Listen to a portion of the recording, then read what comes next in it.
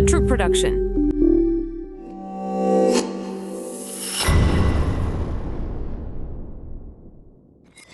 Love is a complete mystery. It's a journey of self-discovery, and it's one of the greatest challenges we will face in this life. But one of the biggest challenges is not just loving someone who loves us or someone to love.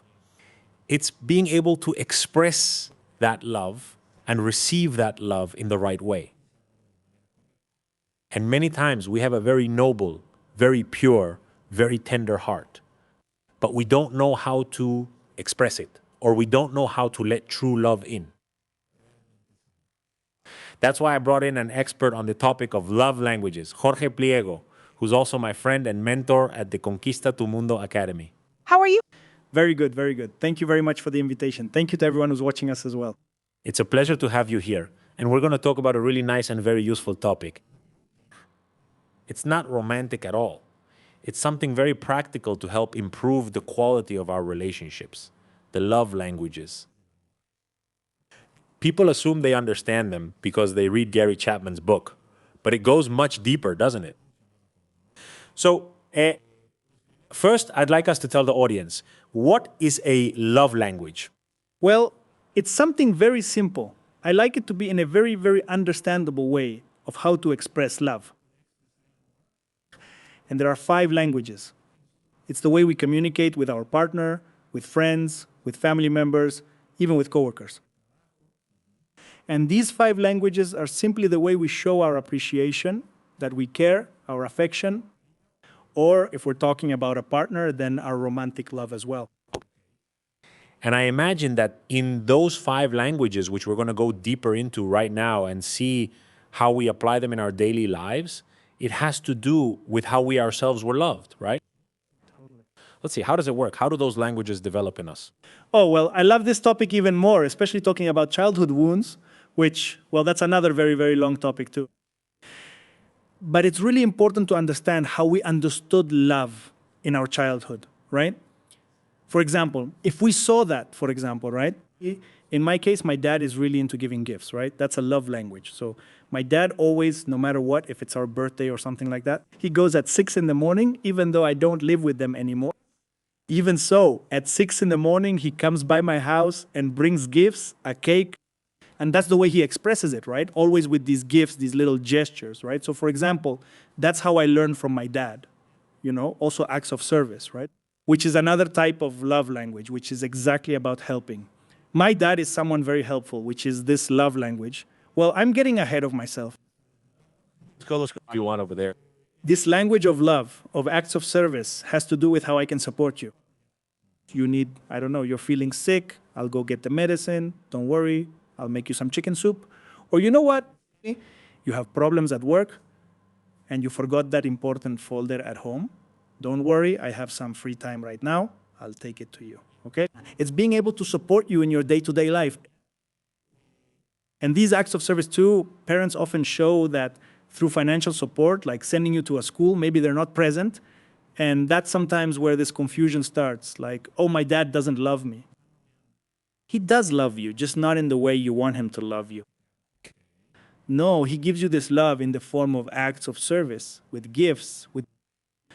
And this is something that for me was hard to understand, so to speak, at a certain point, because sometimes I would say, well, it's just that my dad, it's like he doesn't love me, or maybe I'm just another one to him, or even a burden, right? And you realize that the language of love, once you understand my grandfather too, and see this lineage, right? And above all, it's something that happens so much in Latin America, in Mexico. This idea that the man only provides. For him to be present in a loving way is rare. It's even like, what's going on, right? For your dad to hug you and all that, it's something unusual. Okay. And seeing that in my case, my dad showed me love in these 2 ways, through gifts and acts of service.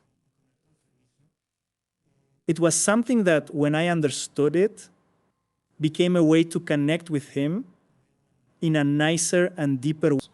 And above all, it even makes me emotional, realizing that love is there. It's just that many times we don't want to see it because of our ego, right? We've already touched on all of that now. So, to recap a bit, would a love language be a way in which we communicate our love to another person? And that basically it's divided into five, which we'll talk about in a moment. And it has everything to do with how we were made to feel loved at home. The meaning we attach to those gifts, acts of service, and the others we're about to mention is often what we end up repeating in our relationships. Totally. So let's get into each one if you want, and especially also this question of can we have all of them or do we only have one? And the way I give love, it's the same way. I receive it, and we're going to talk about all that and much more here with Jorge Pliego. All right, so let's start from the beginning. What are the five love languages? Okay. The first language, the one we mentioned, is the language of gifts, which is literally being able to give that little detail. Many times we think that gifts have to be something expensive. And not necessarily, it could be, I don't know. I remember a girlfriend I had in high school who tore off a piece of her jeans and wrote, "I love you" on it for me, you know? And she gave it to me, and I'm the kind of person who keeps things, you know, little details, right? And I kept that gift, you know? So they're just little details that are given to you, just like I thought of you. See how you're present in my life, right? So this is one of the lovedes, gifts, or it could be a trip to the Bahamas if you want, or whatever, right? So this type of language, which is gifts, is often like flowers, right? That's something typical. I want them to give me flowers, to give me flowers. Well, that's also a language. Okay. So gifts are one. The next act of service. This is what I mentioned, which is about how I can make your life easier or support you. So it's like, I don't know, you forgot something and I can help you financially or not. Don't worry, I'll bring it for you. It's being able to help you. Okay. It's providing the service for someone else, right? The third one is the language of physical love, which are hugs, holding hands, caresses. I love getting my head scratched. So head scratches, all that kind of language, that's all physical, right? And also obviously making love, having sex with your partner, etc. All of that is also, well, the physical part. The fourth is quality time. I think that's one of the hardest ones nowadays in the world. We often get distracted by the small device. The cell phone. Yes, quality time. What does it mean? It means being here with you. I'm here, present, we're talking. I'm not thinking I should be doing something now, but don't know what. That's something very common. Yes. We're on vacation and we're thinking about work, and we're at work thinking about vacation. Without being fully present. No, and above all, something that's really sad is going to restaurants and seeing families who are, "How are you? Good." On the cell phone. And it's like talk to each other, communicate. Yeah. I mean, I'm a firm believer that with this love language, it's better to spend 5 minutes truly being present with someone than to spend 2 hours like this. "Hey, what did you discuss with Johnny Abraham?" "I honestly don't remember." It's like, no, well, you weren't really present, right? Of course, sometimes it's confused with memory, or they say, "You don't remember, you weren't present." Some people just have a bad memory, which is different. But generally, it's selective memory. Since you weren't there, you weren't interested, there wasn't any quality time, you don't remember. Totally agree. And the last one, the fifth. And the last one, let's see, I already said gifts, I already said quality time. Acts of service. Physical acts of service and words of affirmation, What are these words of affirmation?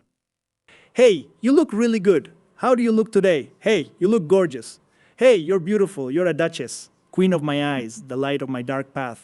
Now that's what all this is about. These are words of affection, or saying, "Hey, I love your community.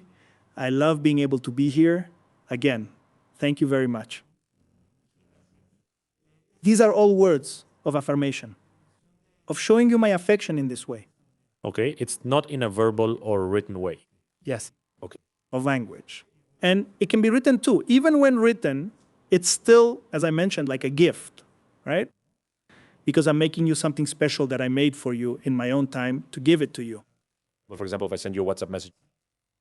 That's definitely words of affirmation. Okay, so having these five, and I'm going to add a sixth one, just to add my own touch, which is communication. To me, it's a great language. Love, attention, focus on quality time and listening to and paying attention to the other person. If you're interested, let's dive in one by one and debunk a lot of things. Because sometimes, for example, and we'll start with this one, it's quality time. A lot of people think that being in front of the TV with someone or on their phone, like you said, at a restaurant. But if I spent the whole afternoon with you, why do you say I'm not interested? Why do you say I don't love you? We're together all day, aren't we? Yes, but quality time is more about the connection, right? So, how can we love and feel loved through this language of quality time? How can we put it into practice in everyday life? Let's go deeper. I mean, I love it. I love getting philosophical. Me too. That's what we're here for. There's a great book called Hector and the Search for Happiness. It's about a psychiatrist who realizes that he's no longer making people happy, right? The people he's treating, and he decides to go on a search, right? To find out what makes people happy, right? And one of the rules he finds is that listening is loving.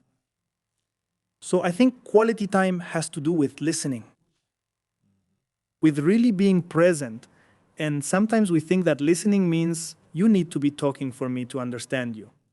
But no, you and I can be sitting together, not talking, and I'm still listening to you. I'm listening to how you move, this calmness, this smile, this peace, this tranquility. That's listening. It's being able to be here. And then it creates a kind of synergy. Again, I'm very philosophical. It creates this intimate connection that's ours.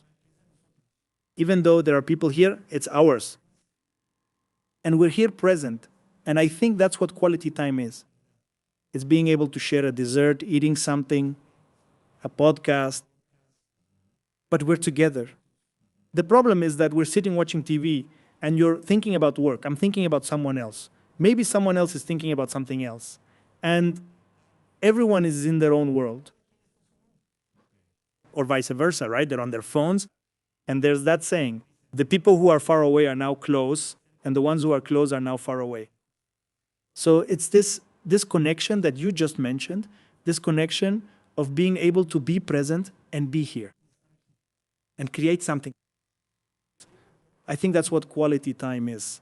It's building, making sure our relationship keeps growing. Persona amada. I love it. So to give you tips for each love language, starting with quality time, we can start by making sure that you make your loved one feel loved. Using this language and others will challenge the idea that only one language matters or mine is the only one. First, it's full awareness. That is presence absolute. Totally. Not having your mind somewhere else, not in the past, not at work, not in the future, but connected. Two, to make them feel, I see you, I hear you. I'm here with you, but make them feel it, not just say it. How do you make them feel it? By being fully present. And this can be, like you said, in a conversation, in I don't know, something where you have to support them emotionally or anything, but it can also be while watching a show. Because you can be watching the show and commenting, right? Like, hey, did you see this guy? Yeah, awesome. Or the movie ends and you talk about it. That connection gives them that feeling of what a great moment we had, right? Something like that. Absolutely. Perfect. And something you said that I love, and that even comes up in the movie Avatar, is that they don't say I love you. They say I see you. Because I see you means I see everything you've been going through in your life, and I know why you're here. With your virtues, flaws, in good times, in bad, tired, happy, frustrated. I see. And I think that's exactly it, right? This language, quality time, is saying, I see you. And if you have some work or something, because it can happen, right? You're having dinner with your partner and work is calling you or something. You say, no, that wasn't really quality time, right? No, no, no. I mean, we could be having dinner and, oh, it's ringing. Hey, give me 5 minutes, please. It's something from work. Give me 5 minutes. And obviously, there too, the other person, your partner, has to understand. Okay, something came up, something happened. Now, if they're always distracted, Yes. yeah. I mean, of course. It's no longer something circumstantial. It's just the way he is. Yes. Then you don't really speak that language. Totally. Totally. And honestly, I think they're all important. But quality time is, I think, one of the most relevant. Yes. Bravos.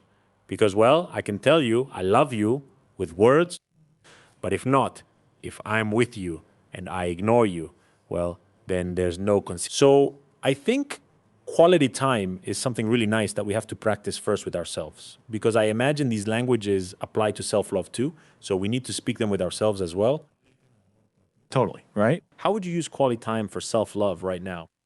Doing the things you like, giving yourself time to meditate, to exercise, making time for yourself. It's impressive how sometimes when we get into, especially relationships, right? When people get into relationships, it's like, no, my partner is my whole life now. I've already left behind everything I once loved. And it's like, no, no, no, you have to keep doing what you love. Otherwise, that's a ticking time bomb. Of course. So if you stop doing what you love, and I'm telling you from experience, when I started to give up things I loved, that frustration starts. That what's happening to me? It's because you're not spending quality time with yourself or seeing yourself anymore. Of course. And another thing you just mentioned about the tips, which I just remembered, a very important tip: don't put your cell phones face up on the table. And this is exactly what Simon Sinek says, who is a genius. He says that when you leave your cell phone face up, you're immediately telling the other person that whatever happens here is more important than them. And they did an example about all this. And he also mentions, right, turning it over doesn't mean, oh, well, that's it. Because we've already given so much importance to a cell phone that having a cell phone is, I mean, I'm sure it's happened to you too. You lose your phone and you feel like your whole life is slipping away, right? Yeah. So having your phone there immediately takes away from this quality time because, I mean, you're going to get notifications from Candy Crush or whatever you want, right? And it pops up. And then immediately, or the super popular watch, right? I also don't like wearing one. This one isn't a smart one, but that's exactly why I don't like the kind that lights up. And yeah. Yeah. Yeah. You look away to check what's coming in. And Yeah. So you disconnect from the moment. present, totally. Totally agree. So when it comes to interpersonal relationships, especially with a partner, it helps a lot in self-love too. Look at yourselves. Listen to yourselves. Give yourselves that full presence for yourselves. Do what you like. Right? And in that way, by valuing the quality time you give yourselves, you will know how important it is to be able to give it to someone else, how great it is to receive that quality time. And you will also want to choose the people with whom you feel loved in that way. And you won't allow someone to ignore you anymore, not listen to you, or pay more attention to their phone than to you, because obviously you already know how that feels. No. And again, I really think there are things that sometimes get out of control, right? Some problem, a call. For example, it happens to me sometimes, right? When I'm with someone and they're getting a call, I say, hey, if it's important, answer it, right? I don't mind, right? Because sometimes we get offended, we take everything very personally, and they're calling you. You might be thinking you want to leave, but maybe it truly is an emergency, right? Of course. And it's fair.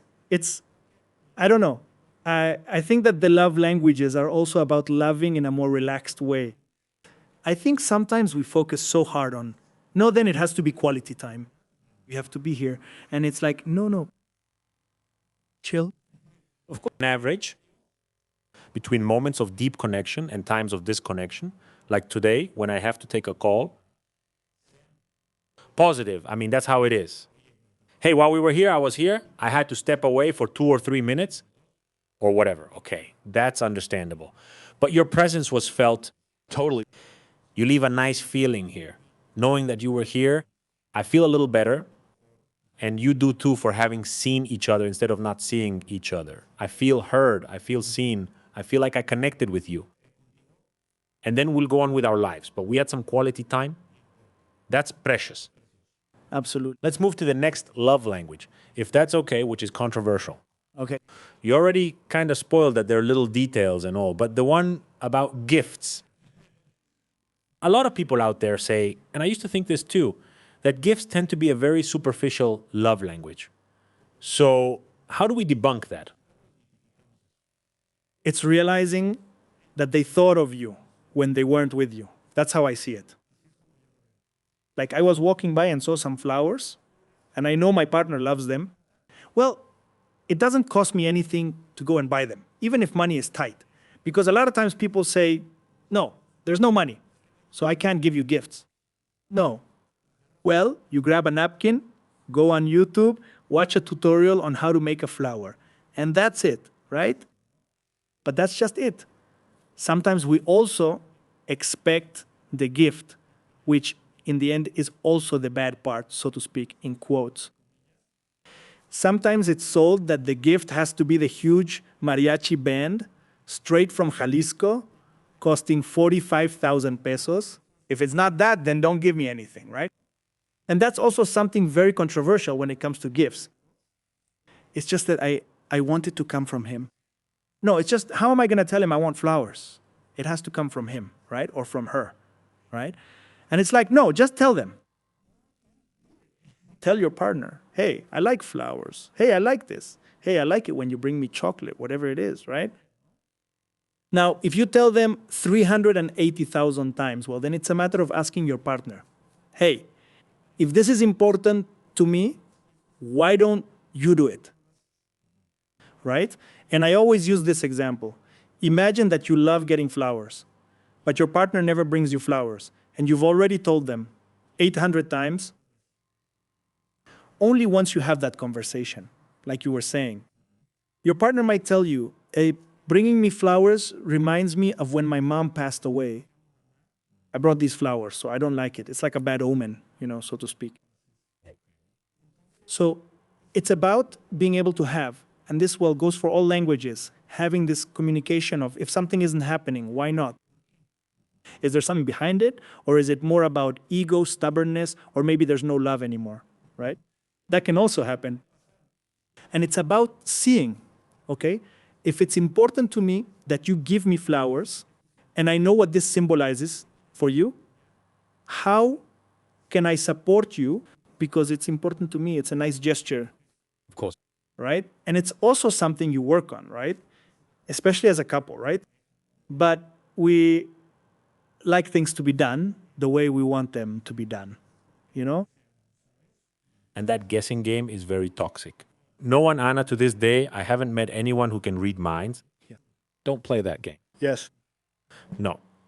Now, you mentioned the flowers, and we've wanted to approach each language from self-love. So, also, giving yourself the things you like is important. But that doesn't replace the fact that if you're in an interpersonal relationship, especially a romantic one, the other person can also do it. Because we get lost in the details, Jorge. Yes. So, this famous song by Miley Cyrus from I Buy Myself Flowers, I Do What I Want and I Don't Need Anyone, is a part of the story. It's the love language of gifts applied to yourself as an act of self-love. It's really good.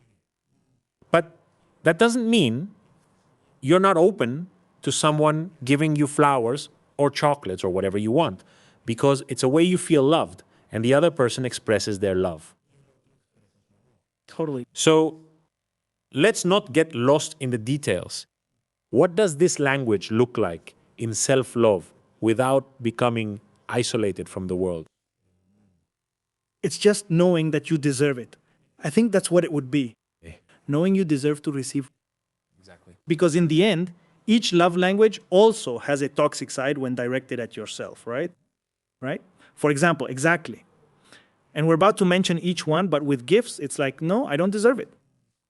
You offer me something, and I respond, no, you shouldn't have. I even feel like I owe you, right? No, I feel indebted. And this is something that happened to me a lot. It was really, really hard for me to receive. But that's the irony. I wanted to receive, Of course. but when they gave it to me, It reinforced childhood wounds and things like that. Like, no, no, no, I don't deserve that. So I feel indebted. So that feeling of debt becomes, no, now I have to give you something. But now it's just a transaction, not love. Okay, like to make up for it or something. Yes. And the problem with that is we have to understand that we deserve special gesture. The problem is that many times it's hard for us to understand that because of self-esteem issues, ego, because sometimes we think that ego means, so I have to boost myself and act like I'm the best. And no, ego can also bring you down. And the whole, no, it's just me and we play the victim and all that, right? So it's like, I deserve this. If I deserve it, why don't I give it to myself first? And then why can't I get a partner or family or friends who give me that kind of love language or gifts? Right? Okay. I love that each love language has a toxic version. What would be, since we're talking about quality time, the toxic version of quality time? And we just said it. The I don't have time for anything. The I only focus on you. I lose myself. The things I used to love, I put them aside. I don't focus on myself anymore. I only focus on you. Because in the end, It's all my time for the other person, never for myself. because in the end, sooner or later, there will be complaints Okay, from yourself, from yourself and to your partner, right? It's like we always do what you want. We always do. And I didn't go to the game I wanted. And then comes the complaint, right? And it's like, if you want to do something, just like you were saying, right? It's about communication. Couples don't have to be stuck together all the time. If your partner, maybe there was an event and they wanted to go to that event, and your partner wants to go to another one, well, you can organize yourselves to see if you go to one for a while and then to the other for a while. Or say, hey, well, I do want to go here. So, well, I'll see you at home, right? See you tomorrow. yes. But no, no, no. They just arrive alone. And it's like, did they have a fight? What happened? And it's like, no, it's just that he's doing his thing. She's doing her thing. And that's it. Sure, we have plenty of drama in our minds. Yeah. We have to do a lot of podcast episodes, you and me. My dear Jorge is a mentor at the Conquista Tu Mundo Academy, not by coincidence. You're very wise for your age, just 32, right? 30, 31, 31. Very young, very wise. Congratulations. Thank you. A pleasure to have you here. Going back to the topic of gifts, we live in the age of social media.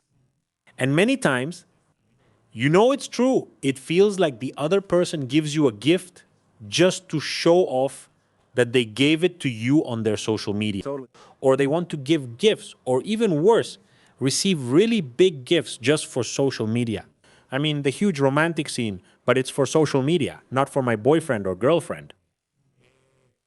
I want you to give me this thing so I can show it off later. Or I give you something, even if it's not huge, but the first thing I do, instead of seeing if you enjoyed it, if you liked it, and giving you more quality time or whatever.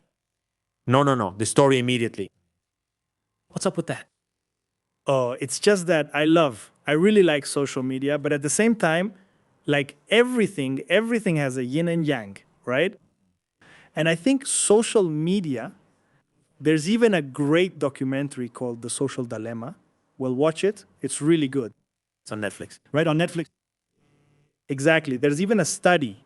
Ever since Facebook was launched, the suicide rate, especially among young people, even those between 10 and 15 years old, started to skyrocket. Right? So I think all this about social media is just about appearances. Even this is just my belief. You don't have to agree with me if you don't want to. This is just my belief. But the more people show off on social media, no, que ya no lo sí. Look at how perfect we are. Look at the gifts. And it's like, I don't know, Rick. I don't know. Since love is ultimately between you two, you can share it. I really like being able to share or show off my partner and say, look at this beautiful, gorgeous, stunning person, and just show them off, you know? But in the end, that's it. It's about understanding that, well, just because they're posting it on social media, or just because you saw it, you don't need to do that. And if we don't do it as a couple, that's it. We failed. We have to get divorced. No, build your own thing. If you want to share it, that's amazing. Go ahead. But don't do it expecting a reaction from people instead of a reaction from your partner. Because I think that's it. We start to forget, like my partner gave me this little detail, right? I have to acknowledge my partner and thank them. And now what we do is they gave me this little detail. I posted. Let's see how much. Look, everyone, look what my partner did. Uh huh. Yeah, acknowledge me. And that's it. And now for the partner, it's just like, oh, well, thanks. That also happens a lot with quality time. Yes. For example, you go on a trip or you're having a nice moment with your partner or with, I don't know, as a couple. And instead of being fully present or even recording a little but uploading it later, what people do, and we've all fallen into this in some way, is take out their phone as if they couldn't be happy unless they document it. Totally. As if what I'm experiencing isn't worth anything unless I document it. That's why we see people at the gym, straight to their phones. On a trip, straight to their phones. At a meal, straight to their phones. Hey, my food gets cold and people are taking pictures instead of enjoying their meal. Totally. So it's actually good that we play the social media game. I think it's fun, and thank goodness for social media. Thanks to them, people are listening to us today. Absolutely. They have their good side and their bad side, the yin and yang, like you said. But please, don't miss out on quality time with yourself or your partner, or enjoying a gift, or enjoying the reaction to a gift you gave, just because of your phone, right? And we're going to keep talking about this in all the other love languages. But it disconnects you. Totally. It disconnects you and connects you to this world of comparison, competition, and validation. So it's no longer love. It's no longer a language of love. Now it's a language, as you would say, of the ego, of look at me, see what I am, look at my masks, look at how popular or how giving I am. Yes. That's where many people get lost. Yes. Right. So watch out for that. Before moving on to the other love languages, I'd like to ask you something very important. Can we all have all five? Yes. Everyone. Because I think the same as you, but most people, and right now I'm going to share a story of mine with Karen, my wife. Well, it's like, is my language this one?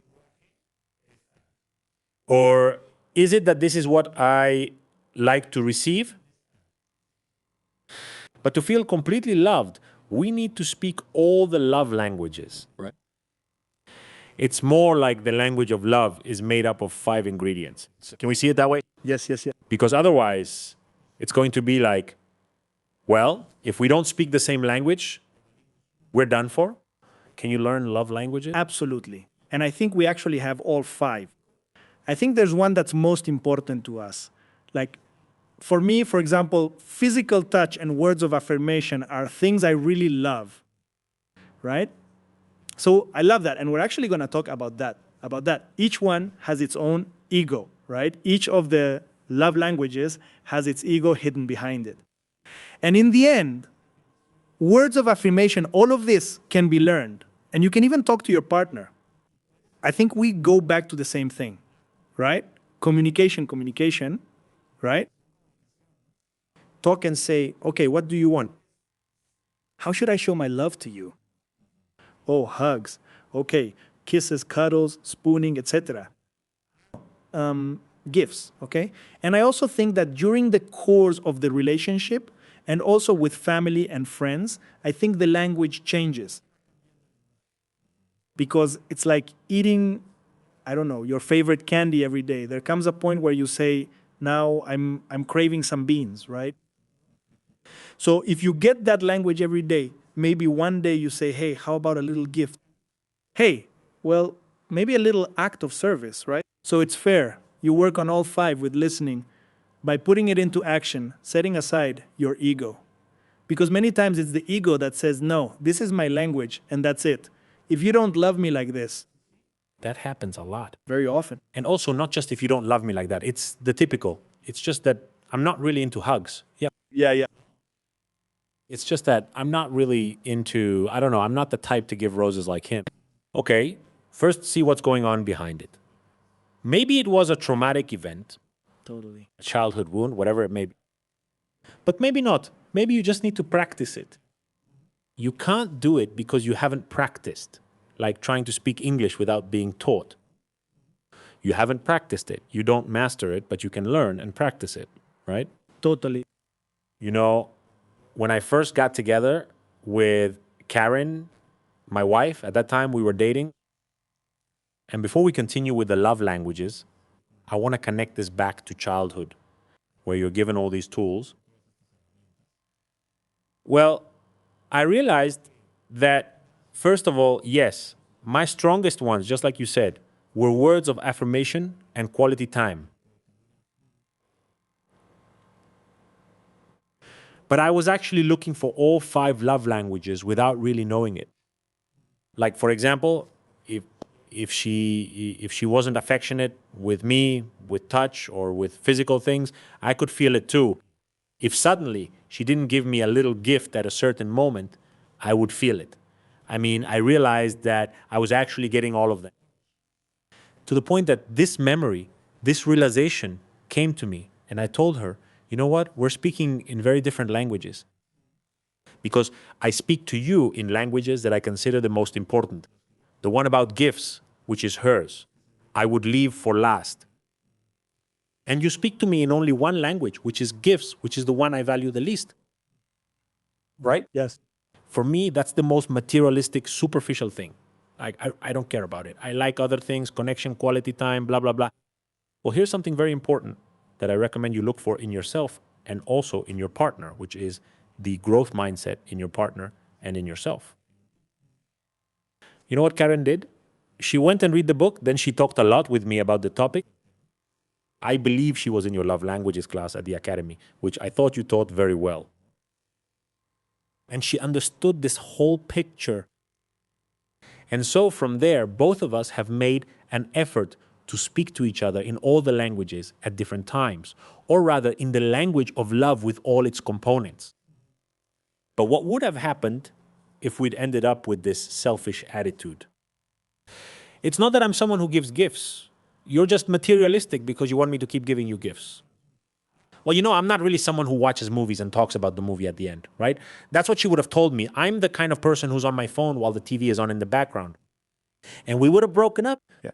So, it's good that today you're here to confirm and help all of us say, you can learn them. And actually, we have to learn them. Yeah. Can we truly feel loved and fully loved, Jorge, if we don't master all of them? Oh, that's where we get into a very complex topic, which is feeling loved. Because talking about love has to do with the concept each person has of love, right? There's something that Gabriel Rolón says, which I love. He's an Argentine psychoanalyst.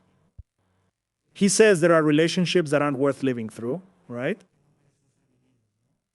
And there are certain so-called toxic loves. Because maybe in your childhood, the way you learned about love was seeing your mom and dad fighting every day, and then you would see them together again. But for you, love is fighting. It's conflict, it's struggle, and they have to stay together, right? So learning that, for example, and I'm telling you this from my own experience, yeah, at first, it made me think that love was about, no, we have to endure everything together. We endured everything that happened, good or bad. And sometimes that's not the case. Sometimes it's enough. And just recently, I was talking to someone who asked me, when is it time to let someone go? When the pain is greater than the love. When being with that person hurts you so much, not just when it gets to an extreme, right? Something physical or verbal or insults, etc., when it just hurts so much to be together. I think it's better to just let it go. Of course. Out of love, out of the love we had for each other, right? Out of respect for the love we had. It's just that sometimes we love being masochists, we love staying there, and that's exactly what we're talking about, going back to this topic. Sorry, but we often think letting go means failure.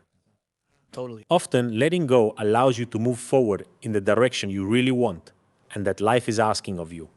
And that's a success. Yes. And I really love this phrase, which is, success is simply a loser who tried again. And that's it. And we're so afraid of failure because we have to be number one. We have to. And now we live in a world where if you're not number one, then who are you? Yes. So you're constantly bombarded with being the prettiest or the most handsome or number one or the richest or the one who travels and it's like you can be everything, right? Well, we're getting a little off track now. You can be anything, which is why you should speak all the love languages. Even if you didn't learn them at home, you should totally, on your own will, out of conviction, growth, and self-education. And this episode is helping with that. So you know what they are, what they look like, how to practice them. The toxic part, the ego part, which we're going to mention in a moment. I mean, this is a masterclass that the Lord is giving us. Thank you for inviting me as well. I really appreciate it.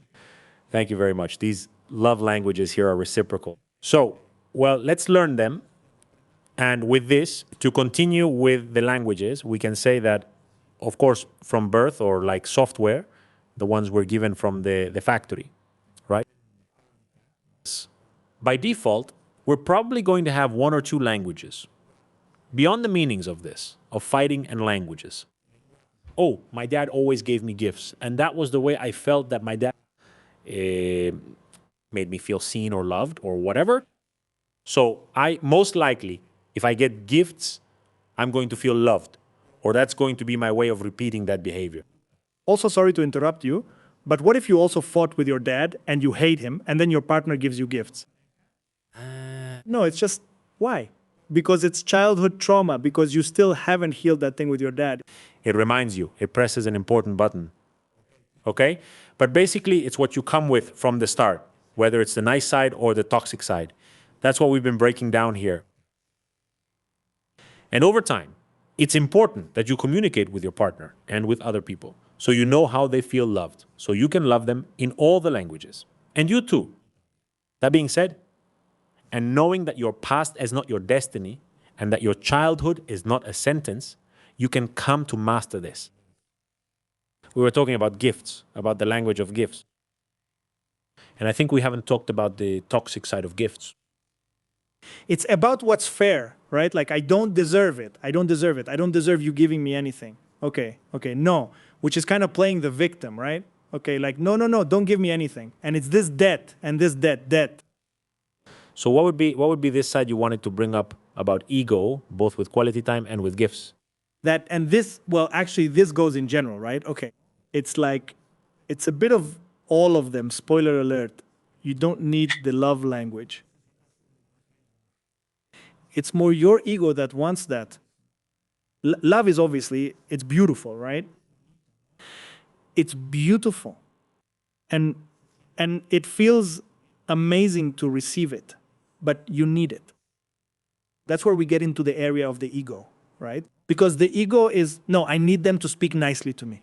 I need them to give me those things. And that's where we're going into the toxic side of the ego, which is, if you don't give it to me, like we were saying, right? Then you don't love me. So it's better if you leave. So it's better if I look for someone else. And it's like, no, it's about being able to communicate and knowing that you don't need it. It's nice to receive it, but you don't need it. Totally. The key word here is need, right? Yes. If you need it, it means you're trying to fill a gap within yourself, that emptiness. Could you clarify a bit for us about, well, the other extreme? Okay, I don't need it, but I do like it and I do want it. Besides, there's no other way to express it. So if my partner doesn't give me any, well, okay, I don't need it, but I'm in a good relationship. It's just that there's exactly, I don't know how to say it. However it comes. Entonces, well, if your partner isn't willing to support you in something you like and something that doesn't affect them, then your partner is truly there for you. I mean, maybe they're there in other ways, but if your partner doesn't support you, isn't present, doesn't give you gifts, are they really your partner? Or maybe it's just a great friendship, right? Or, but it's about starting to notice, for example, the flowers, right? I had a partner who always told me, hey, you haven't given me flowers in a long time. Does buying flowers take anything away from me? No, it doesn't. So I go and I know it will make him happy. Why wouldn't I do it? That's the thing. If your partner, and this is what you should tell your partner, hey, I want hugs or I want gifts, whatever it is, but if your partner has been with you for a long time and still doesn't do it, why isn't your partner willing to make a sacrifice or put in some effort or something to make you happy? Especially if you would be willing to do it. If you're not willing to give that to your partner either, well, then it just turns into an ego battle, right? Totally agree. I think it doesn't take anything away. And to wrap up this language and move on to the next one, the way to practice it in daily life is exactly what you said, knowing what your partner likes. And having these details that sometimes will be huge gifts, like a trip to the Bahamas, right? And sometimes it'll just be a little note, like I miss you, right? Right? Or see you tonight for dinner or whatever. And that's a little gift, or the roses or whatever.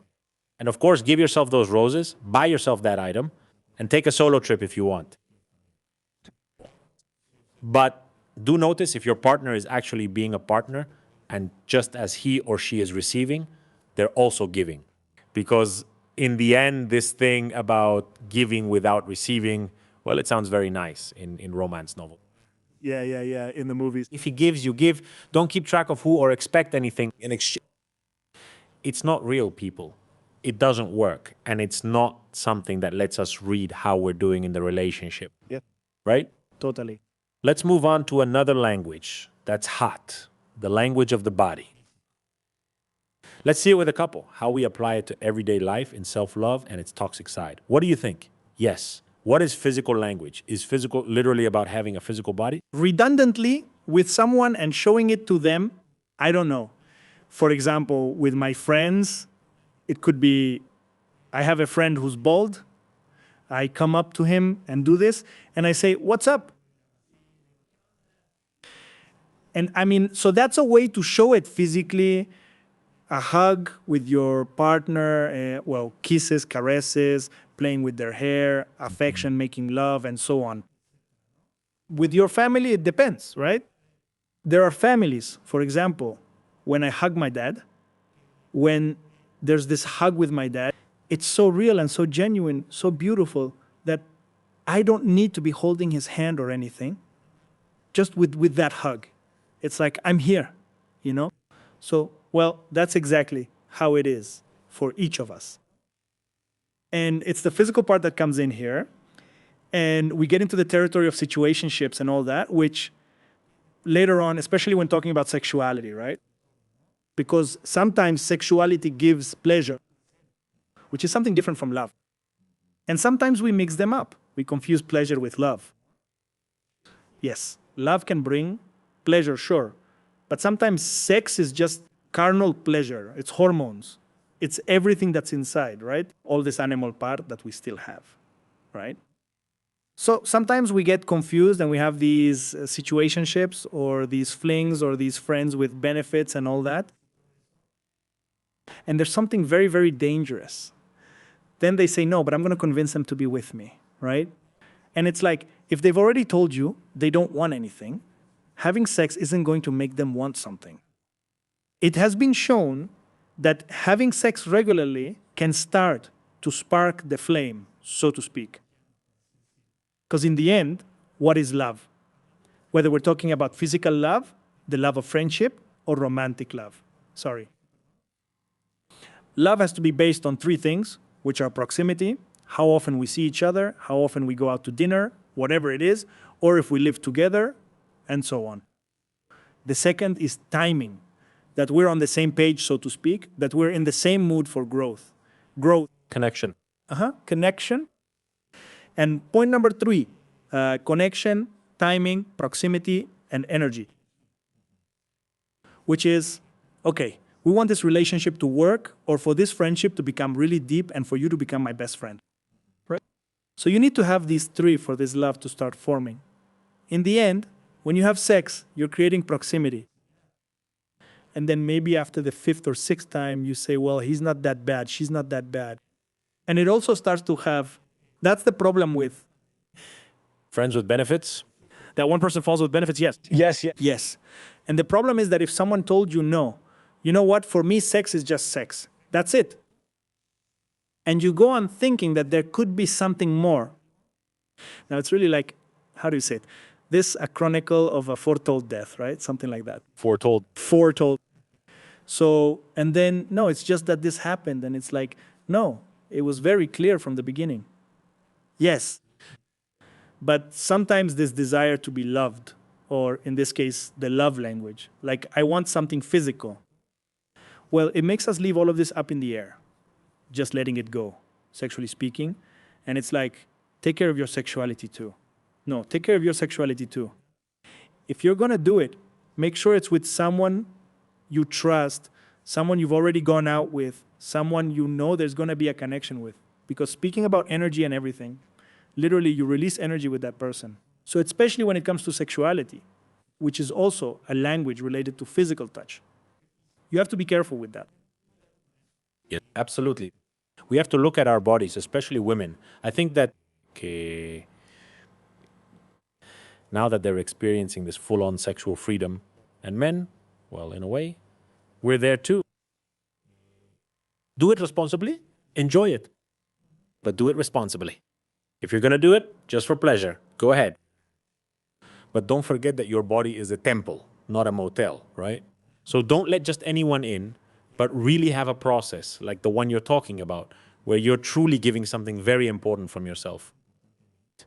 It's my intimacy, my energy, my body, and a very deep language of love, even if it's just for moments. And if you don't know how to take care of that, and you can't give me a safe space, and you don't know how to be someone who reciprocates, then maybe I think this isn't going to work for us. And we'll be friends, like you said. Now, what happens? Because this topic of sex is really important, not with the almost relationships and not with the dates or those people who are just getting to know each other or just looking for pleasure. What happens in a committed relationship, whether they're boyfriend and girlfriend or married, when they've been together for a while, and that spark either goes out or loses intensity?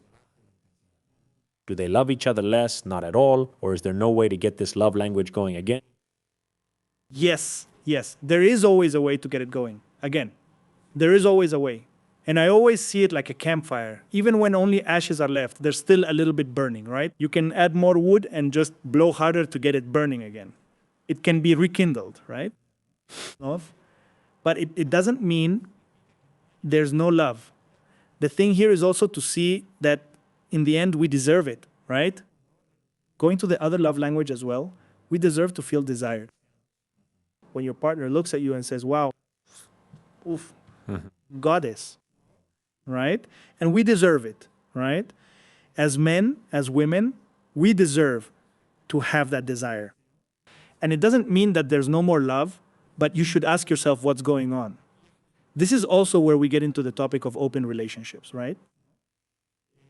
I know people who have had open relationships and they didn't work for them, and others for whom they did work. So in the end, it's more about that, because we can't put everyone in the same box. It really depends a lot on communication, again, and above all, the purpose. Like, okay, why are we going to have relationships? Why is there this desire? What's the reason? Why? No, I think it's the purpose, knowing why we're going to have this carnal desire, so to speak, as a couple. What's the purpose? It's to feel desired, or maybe it's not really about having sex. It's about you looking at me and saying, you look gorgeous, my love. Of course. Hey, what a great body. Hey, and maybe it's not about sex. It's about you saying nice things to me, right? And besides, when you do that, sex happens. A friend named Carol once told me a phrase. If she's listening, I send her a kiss. She told me, Johnny Abraham and Karen and I practice this a lot, that sex goes from sex to sex. That is, from the moment you finish a session until another one starts, everything you do leads you to have better sex, or to, because it's not something that just happens. It's the glances, it's the cuddling, it's the little kiss, the flirting, that often leads you to that, if the other person is clearly on the same page. There are times, and I've seen this more and more, when people disconnect, they start fighting all the time. Or maybe someone already has a lover, or maybe they're under a lot of stress or whatever it is, or doesn't feel admired by their partner. So they don't feel able to go there in bed. And so sex, or rather the lack of sex, is actually a symptom, Yes, right? totally. In what way? Because maybe there's a disconnect before, right? And it can happen that maybe you just don't like your partner anymore. Physically, you just say, not today, I'm not attracted to them anymore. And it's something about, talking about it, like maybe you drank too much beer and now you have a big belly. And no, and all that, right? And in the end, it's really about being able to have that communication. And I think this is just my belief. I think there are two types of infidelity, physical and emotional. Physical infidelity is like, hey, yeah, I cheated on you. I kissed someone somewhere, or even, I had sex, which obviously hurts, right? But it's like, okay, but why?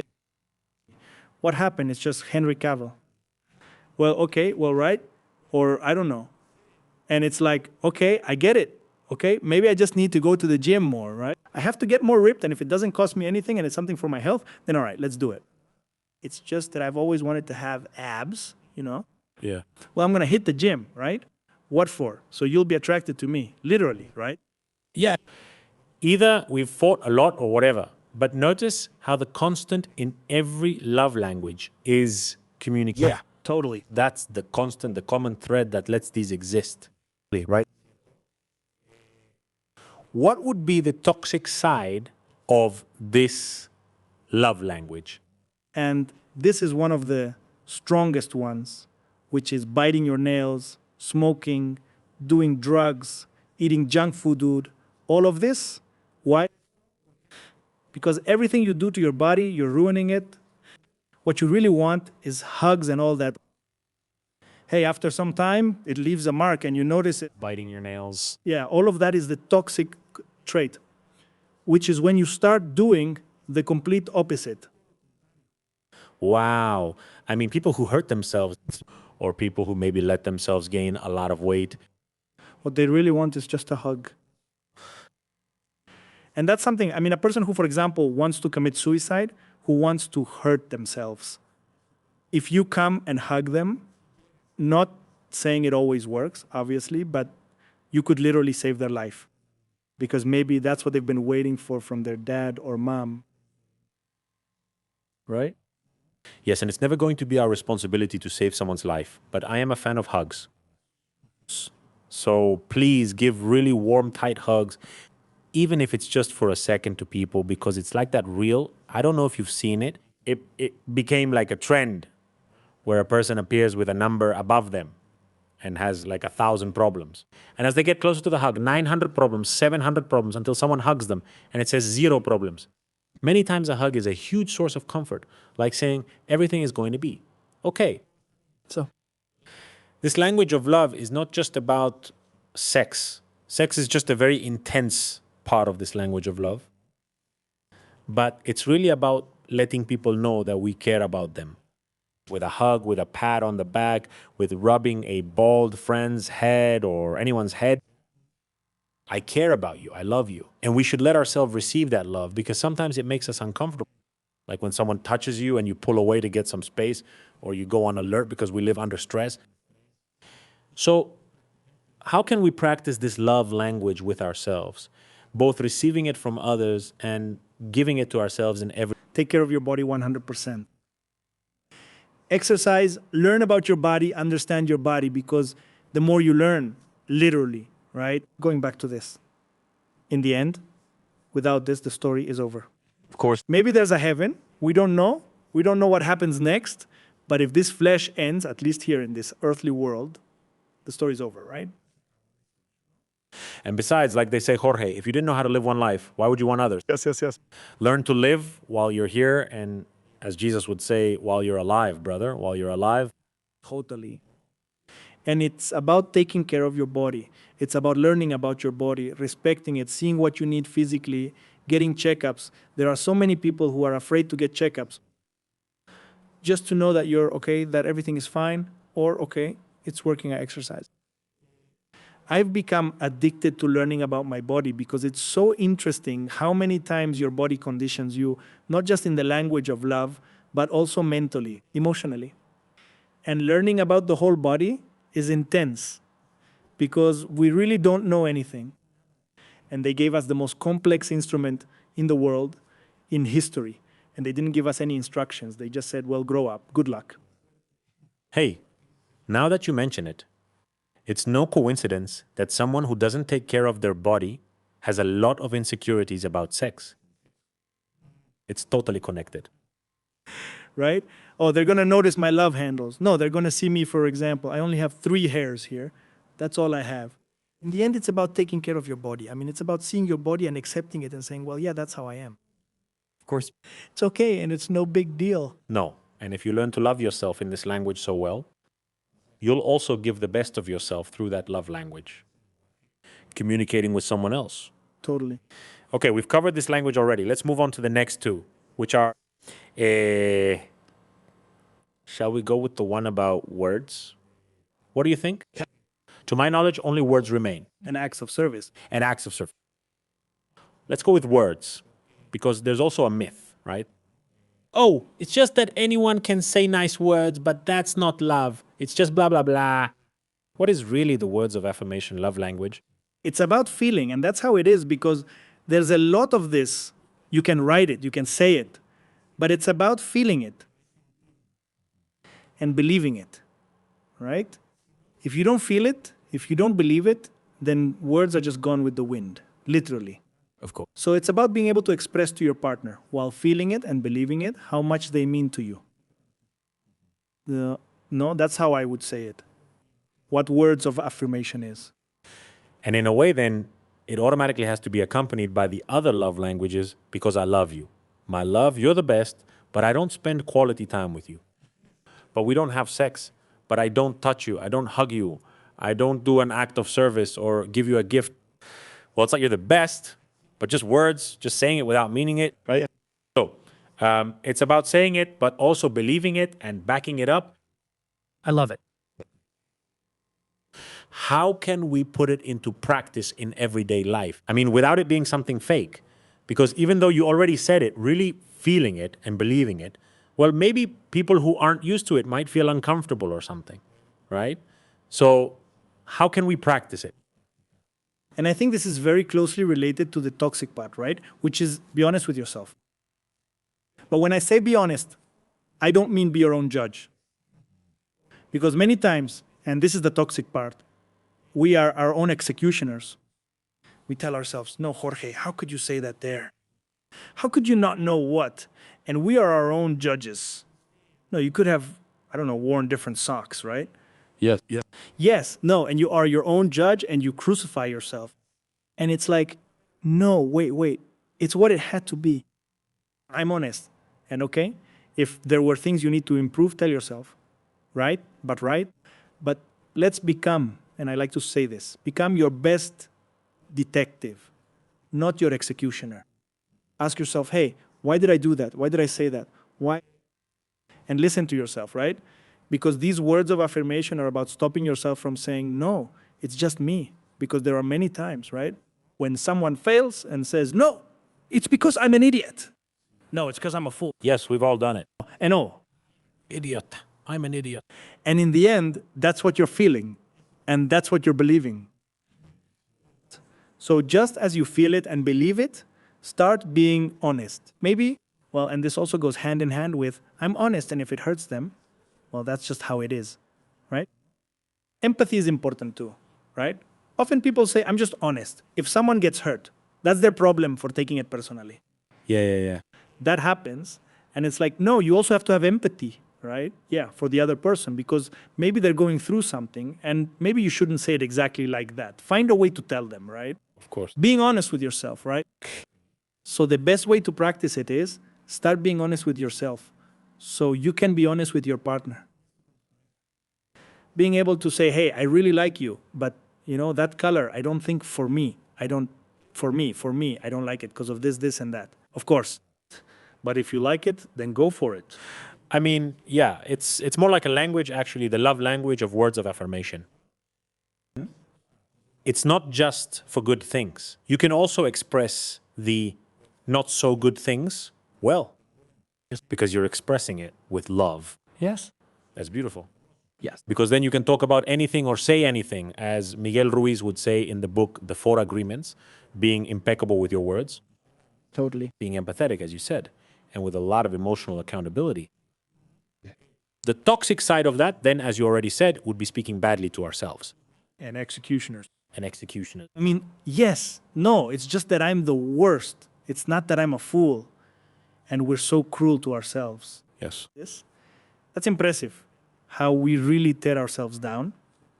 And it's like, and I like to say this, we're all ignorant. It's just that the word ignorant, now it's like, oh, he called me ignorant. I get offended. And it's like, no, it just means you don't know. That's all. If we were talking about quantum physics right now, well, I'm extremely ignorant, extremely ignorant. He said, I only know that I know nothing, yet we think we know everything just from watching TikTok. Yes, yes, yes, completely. And it's simply about knowing, okay, I'm ignorant about this, but why? Okay, I didn't know how to do that job. I didn't know how to say that. I didn't, but why? And instead of judging myself, I try to understand myself and say, okay, now what can I do differently? And be careful with the words you use. Instead of saying, maybe I'm ignorant, which we are, say, I'm a learner. Hey, I know nothing about quantum physics, but I'm interested in learning. I'm a learner. I'm learning. Yes. I'm not interested and don't want to debate. I'm ignorant, and that's fine with me. Yeah. But then we fall into the other extreme, Jorge, which I also think is toxic. You're going to tell me that people talk to each other so nicely through their stories, their posts, their statuses, everything they say out there, like, no, I love myself. But they're holding a cigarette in their hand. And so it's like they say a lot of things, but they don't really believe them or feel them. And that even though they're not hostile words, it's also very toxic, right? Even if they're really sweet or nice words. Yes. And in the end, I love quoting movies and everything. There's a series called Chernobyl. Chernobyl, there's actually a quote I love that says, any lie is a debt to the truth. It comes due sooner or later. So every lie you tell yourself, sooner or later, it will be collected. Maybe not physically, but here, oh, you're going to have a fight with yourself. It's just that I'm not terrible. And you're here. You're already here. And you're already missing out on being present here. Of course. And in the end, that's it. And in the end, it also has a lot to do with the interpretation you give to words, right? Which brings us back to the same thing, right? Communication, right? In a relationship, in case it wasn't clear, communication. It's the common thread. Yes, because in the end, I'll share one of my experiences, okay?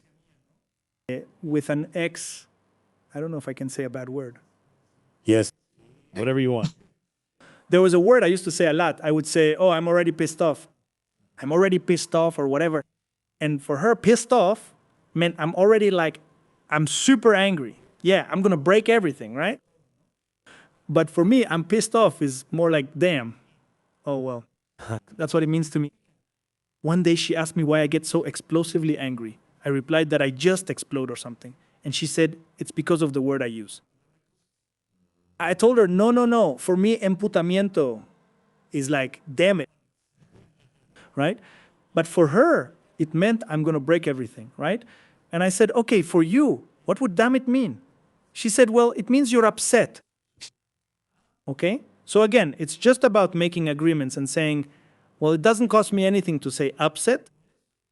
Maybe since I've already made it a habit, if you suddenly hear me say, oh, I got pissed off, don't take it that way. You know what it means. But it's my job as a person and as your partner to say, okay, I'm going to start using this word upset. And it doesn't take anything away from me. It doesn't affect my life. Cool. So that's it. That there or in this language, just like in the others. But in this one, it's even more clear that if you don't know how to give yourself this language, it's hard for you to give it to someone else. But above all, to receive it. Because if you're not honest with yourself, if you're not kind to yourself and everything, and you speak nicely to yourself, or do you talk to yourself like a teacher, not like an executioner, but more like a detective, as you say, when someone compliments you? If they want to show love through words of affirmation, you'll distort your reality because that's what they want. They're making fun of me. They're mocking you, so don't trust them. they'll use it against you later. right? Does that happen? Yeah, no, totally. For example, you might tell someone they look beautiful. Oh, no, I probably look terrible. No. And it's because maybe that person doesn't believe they're beautiful, right? They look in the mirror and say, no, it's just body dysmorphia, right? No, it's that I could look like this, but I don't because I don't look like what the catalogs have sold me from the magazines. And it's like, no, to me, you're beautiful. If you want to make some changes or anything, go ahead, but let it come from love, not from seeking acceptance from others. Of course. I mean, as we can see, every love language starts with yourself first. Right? Totally. If you don't give it to yourself, it's probably going to be chaos out there. Right. Totally. And also, it's not just that if you don't give it, you won't be able to receive it either. So, all the people who are listening to us who don't understand why they can't find the healthy love they want, well, first ask yourselves if you truly love yourselves and not just with gifts or by posting nice words on Instagram. Using all the love languages to build real love. Right? Let's go to the next one. Yes. The last one. Acts of service. Acts of service. What are acts of service? It's the way I would say it. It's supporting or helping your partner, family member, or friend with something that can make their life easier at that moment. Okay. So, I don't know, for example, just like I was saying, right? Your partner forgot the work folder at home, and you say, well, I have an hour free. So, yeah, I'll go through all the traffic, and, well, but I know it's something they need. And it's something that's going to save their life, right? Their job, basically. Yeah, why wouldn't I do it? Because of my laziness, because I don't want to deal with the traffic and all that. It's very selfish. It's like, well, if I can support you, of course I'm going to do it. If you have issues, okay, we'll look for a solution, right? Hey, I can send you an Uber or something, or you can figure it out yourself. Also, an act of service doesn't always mean doing it personally, right? Now, an act of service can also be about finding a way to support your partner. Like, hey, I bought you this because I know that, yes. Or a contact. Look, this contact will help you with what you need. I'll give you their phone number. Exactly. It doesn't have to be you who always takes on their tasks or does their responsibilities, which I imagine, and you can correct me if I'm wrong, is where the toxic side comes in. Being too accommodating or not. Being too accommodating or being very strict in the sense of, you want this? I'll give it to you, but what will you give me? Yes. That. It would be a bit of both. I mean, on one hand, the one who lets himself be walked over and just wants to be of service, so they'll be loved. But there's really something there based on a trauma or a wound, right? Yeah. On the other hand, the one who sees everything as transactional. Yes. Okay, so what does that look like? When it turns into a transaction, it's no longer love, just another deal. And if you're going to do it as a transaction, then understand that it's a transaction from the, don't get it mixed up, because many times we confuse things. Just like we were saying about sex and all that, we get confused. Like, oh, I was really loving toward this person, and he wasn't. You did it for one reason, or I helped him, and he wouldn't help me back. So, did you do it as a transaction, or no? It's just that I expected him to. So it was a transaction. It doesn't mean he has to help you, but the key is simply to know whether it's a transaction, okay? You're going to help him, but he might not help you. Of course, just make sure you understand that. If it's love, then give it and let. Earlier we said that reciprocity is good, but in the overall flow of the relationship. Not in every act. I mean, one thing is to give, and yes, you expect to receive the same or something proportional from your partner, but not exactly at that moment. So what I want to do here is make this distinction. Because if you see it in a transactional way, correct me if I'm wrong. If I'm wrong, it's that everything I do has to be rewarded right away, and not just with a thank you or an I love you very much. For something simple. That's wrong. I mean, it's wrong if you did it thinking it was love or something like that. If you do it thinking it's a transaction, well, then it's a transaction. Maybe the business won't work out.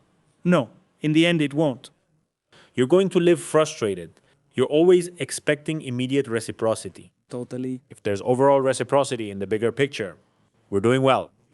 It's fine for you to expect it. And I have a slightly off-topic question for you. I believe that love doesn't exist unconditionally. What do you think? Love exists. Generally speaking, I think there is one that can be unconditional. Philosophize. Let's philosophize. I like it. I like it. This episode is about to end. So let's stretch it out a little bit. Okay. Can it be unconditional? I think so. Why? For example, someone who has passed away no longer expects anything in return, and you keep loving that person. And I think that's what I'm going to sound really romantic, but love is something that goes beyond the boundaries of space and time, right? That's something they say in a movie I also love. Because love, obviously, is being able to have a connection with someone. And as human beings, we're always searching, we're social beings, and we can have love for our pet, even love for an object, right? The movie Castaway, right? They lose the ball and you cry, right? But we're always looking for this love. Can it be unconditional? Yes, but you have to be very careful. It brings us back to yin and yang. Because unconditional could be interpreted as, even if you hit me, I love you. Even if you spit on me, I love you. And it's like, no. That's not love anymore. I think love stops being love the moment it's breaking you as the person you are. I could put it that way. Because a lot of people who are in really toxic relationships with physical, sexual, or even verbal abuse say, no, it's just that I love this person. It's like, oh, unconditional love in that sense is no longer, it's a bit stubbornness even. It's not so much love anymore, or it's an obsession. It's stubbornness or obsession. I totally agree. I think that, in the end, we're, like you said, philosophizing and building a reality and perspectives, and all of them are valid. However, I agree with what you're saying. Even though you played a strong card, it's someone who's already deceased. Yes, no. For me, it's not about people who are alive. What I want is like, well, I wanted to ask you about that because I really agree with what you said. Because the reality is that beyond the love a father can have for his child, which is no matter what, I'm going to love you. If you end up a bit rebellious, I have to love you even more because you're shaped by how I raised you and the love I gave or didn't give you. And in theory, I should try even harder. Well, beyond that relationship, I see that all relationships, at least today, have to be reciprocal. And that's the main condition. As long as there's reciprocity, we'll keep loving each other. Not just from feelings, but from building the bond and watering the little plant every day so this love can blossom. Absolutely. And keeps bearing fruit. The moment the condition is gone or disappears, the love ends. And indifference or hatred can come in. Right? They're hand in hand, right next to each other. Let's see. Tell me, what would make one appear or the other? Or what transforms them? Now getting into the ego. The ego. Because it's, you didn't love me, so it goes like this. And I think that comes exactly from the ego. And maybe your ex just didn't like you anymore. They didn't like you anymore. They didn't want to be with you anymore. It happens, but I invested 15 years and you loved. We have 3 children. You loved all that time. You enjoyed it. Of course, she was there. She supported me. Okay? People change. And I think that's something that honestly none of us can really get used to, this constant change. And it's a constant process of accepting it. Yes. Sometimes, and this is exactly what we were talking about, right? In the TED Talk, sometimes love is not enough. You need to have that compatibility, right? With your partner, with family, with friends, because sometimes love changes, but the goal is to keep choosing each other. If you no longer choose each other, maybe because the person has other priorities now, maybe old traumas have come up again. Whatever it is. They healed traumas. Or they healed traumas too. Now in the new version, he no longer wants to. Totally. And it's about accepting it from a place of self-love. This is the same. I want to praise Gabriel Rolon again. He says, you can't lose two loves at the same time. So it's better to lose romantic love, but keep your self-love. Because losing both, phew, from my own experience, that's a path I wouldn't wish on anyone. Always come back. Thank you. That's what you have to do. Come back to loving yourself, to seeing yourself. Think that's what you have to do with all these 5 languages, is to return to your own language, to return to yourself, to return to gratitude. Thank you. To oneself, that's something that can exist, to see gratitude. I think unconditional love for oneself, that can exist, for example. To say, I love myself with my virtues, with my flaws, with the mistakes I've made, with the good things. I love myself because in the end, I'm someone who is constantly growing and still learning. That doesn't mean I won't mess up again or something like that. But I still love myself, right? And I keep trying to be the best version of myself. Totally.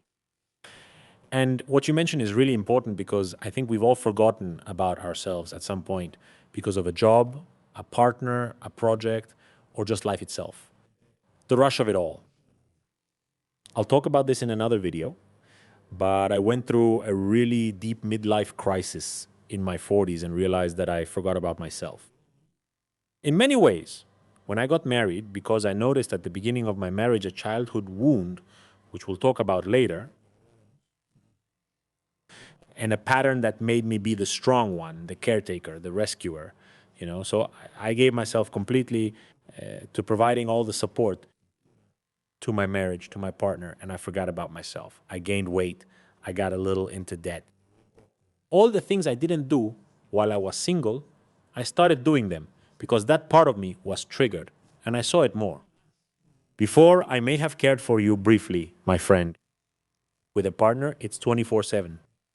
When I realized this, the first thing I wrote down was to come back to myself and love myself again. And I know that you're an expert in childhood wounds, but confirm or correct me that these five love languages are part of the solution to reconnect with yourself and give everything to yourself. Because it's self-love in its fullest expression. Totally. It's simply seeing yourself again. It's easy to lose yourself in a world that no longer wants you to look at yourself. We're already bombarded enough. I really love Black Mirror, right? For example, everyone here is already writing down the movies and shows. In this whole world, which I don't doubt, I hope not, I really hope we don't go there, but we've been drifting further and further away from ourselves. There's a statistic that says 92% of the world's population isn't willing to look at themselves, to understand themselves, to go to therapy, to meditate. 92% aren't, only 8% are willing. And that's a goal both for myself and for Mudita Meditación, which is to make it 8.5, so that when I die, it's at least 8.6, maybe even 9. I mean, to do my little part, because everything starts from here. If you don't love yourself, if you don't observe yourself, if you don't heal, if you don't, and I don't mean confront, because you don't have to fight with your childhood. It's about observing it, accepting it, understanding it. The moment you start to see your life as it is, then you can start to choose differently. And when you start to choose differently, yes, there will be times when maybe you do hurt someone because maybe you love me and I don't anymore. And I have to be honest and tell you, I don't love you anymore. Yes. And you're going to hurt. But that's when a good ex-partner and you're no longer there, like, hey, how are you doing with your breakup?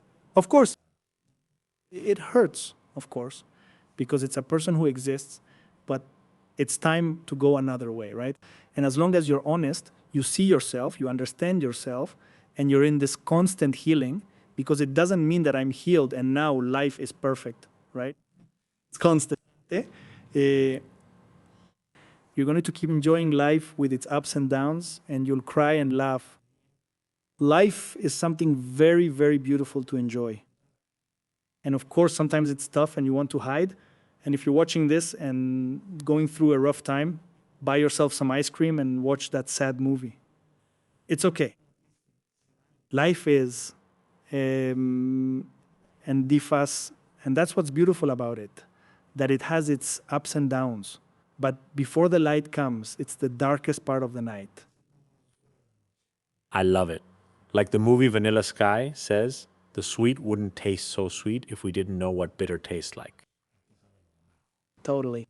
So, right when you're in the sweet part, give yourselves all the love and celebrate it. Celebrate it and enjoy it and live it with full awareness and say all the beautiful things you feel and use all the love languages to inhabit that good and sweet part. When the dark part is there and when the bitter part is there with more intensity, give each other all the love languages to learn, to grow, to become stronger, to be resilient, and to illuminate that darkness you speak of. Jorge, thanks for being here. This was one of the conversations I've enjoyed most, and I've had many very, very, very high level guests, and I hope we can do more things together. It's an honor to have you with us at the Academy as my friend, and let's keep building together. I hope you all enjoyed this episode. If you did, leave us a comment, share it with someone who might like it, with your partner, so you can start practicing the love languages. And above all, practice them on yourselves. Subscribe to the channel so you don't miss any episodes, because we'll keep having Jorge and other guests. Jorge, thank you so much. Thank you. I'll give you the usual round of applause. See you soon.